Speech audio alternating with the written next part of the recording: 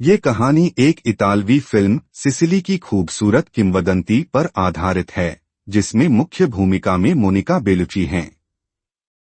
कहानी द्वितीय विश्व युद्ध के समय की है, उस दिन की जब मुसोलिनी ने ब्रिटेन और फ्रांस के खिलाफ युद्ध की घोषणा की थी।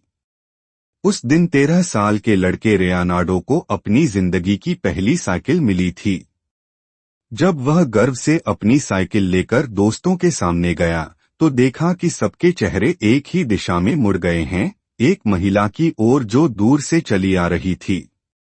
वह महिला थी मालेना, लड़कों के लैटिन शिक्षक की बेटी, और एक युवा विवाहिता जो अपने पति के युद्ध से लौटने का इंतजार कर रही थी। वह सिसिली की सबसे खूबसूरत महिला मानी जाती थी। उसकी आंखों की मासूमियत और हवा में उड़ते बालों की एक झलक से ही कई पुरुष उसका दीवाना हो जाते।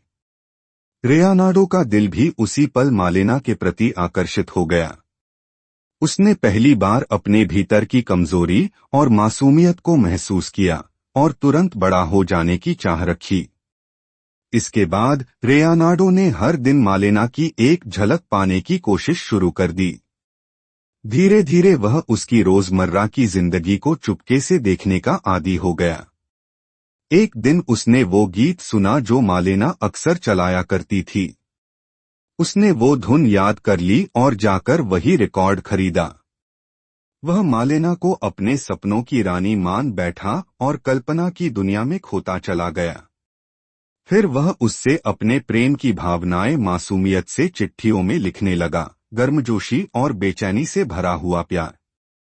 पर उसमें हिम्मत नहीं थी कि वो चिट्ठियां मालेना को भेज सके, और वह सारी बातें उसके तकिए के नीचे दबी रह गईं। शहर के लोग मालेना को लेकर तरह तरह की बातें करने लगे। लोग उसकी छवि को गिराने के इंतजार में रहते और महिलाएं उसकी सुंदरता से जलने लगीं। मालेना इन सब विवादों के बीच एक चर्चा का विषय बन गई, एक ऐसी महिला जिसे लोग गलत नजर से देखने लगे।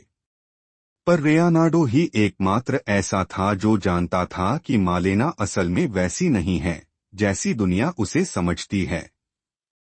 एक दिन रेयानार्डो को स्कूल में पता चला कि मालेना का पति, सेना का अधिकारी निनो, युद्ध में मारा गया है। लेकिन शहर के लोगों ने इस खबर पर दुख नहीं जताया, उल्टा उन्होंने खुशियां मनाई, क्योंकि अब उनके लिए मालेना के पास पहुंचने का मौका बन गया था।